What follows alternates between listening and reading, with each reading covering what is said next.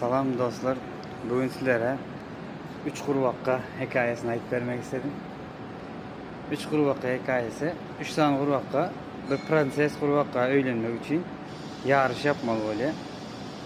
Kim şu bir dağın tepesine birinci çıksa, yani prensesi olan kuru vakka şu öğlenmeli öyle. O zaman 3 tane kuru vakka yarışa gittiler. Bunlar ya dağın bir yarısına var ya, bir birazcık yere, bir üstüne yakınlaşıyor. En üstüne yakınlaşıverenine izine seretse karındaşlar haydi. Ay gitme seni yolda kuşları yer ya varıp bilmersin öl kalarsın zat de. En yöndəksi izah haydi. Sonra ortada aksan bir izine seredi. İzinden tanışılışlar ay beytme. Aramızda onu ötüyordun sen gelmersin belki çıkıp bilmersin. Çıksan düşüp bilmersin, tehlikeli yerlere gitme diye. Son üçüncüsünde de şuna diyorlar, üçüncüsü olsa hiç kim önünden çıkıyor da yukarı. Ve şu kızı, yani prensesi olan kurvakka öyleni. Yani ol ne edip çıkıyor, oğlum kere öyle. Hiç kim eşitmedik öyle da.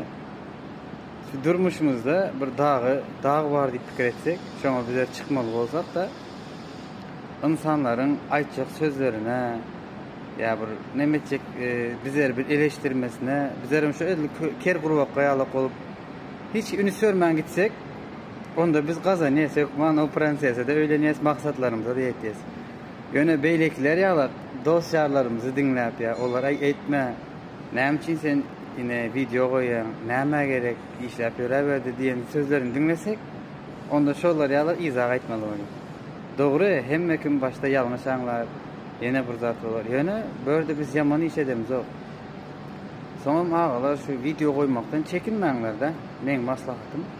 Çünkü bir vakitler adamlar özünün durmuşlarını, özünün baştan geçirinden kitap haline getirip yazıptırlar. Ve deyip yine şu adam şol değerli adamların kitaplarını biz okuyup biliriz.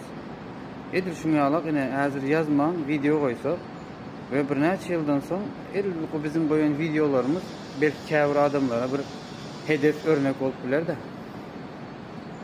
Yeni videoda görüşeceğiz. Böyle videoların devamını gelmeyini istesenizler komentarya koyun, like basın, beni takip edip bilirsiniz. İnşallah öz okan zatlarımdan, hikayelerimden ayıp vermek isteyen hemmenize selamünaleyküm.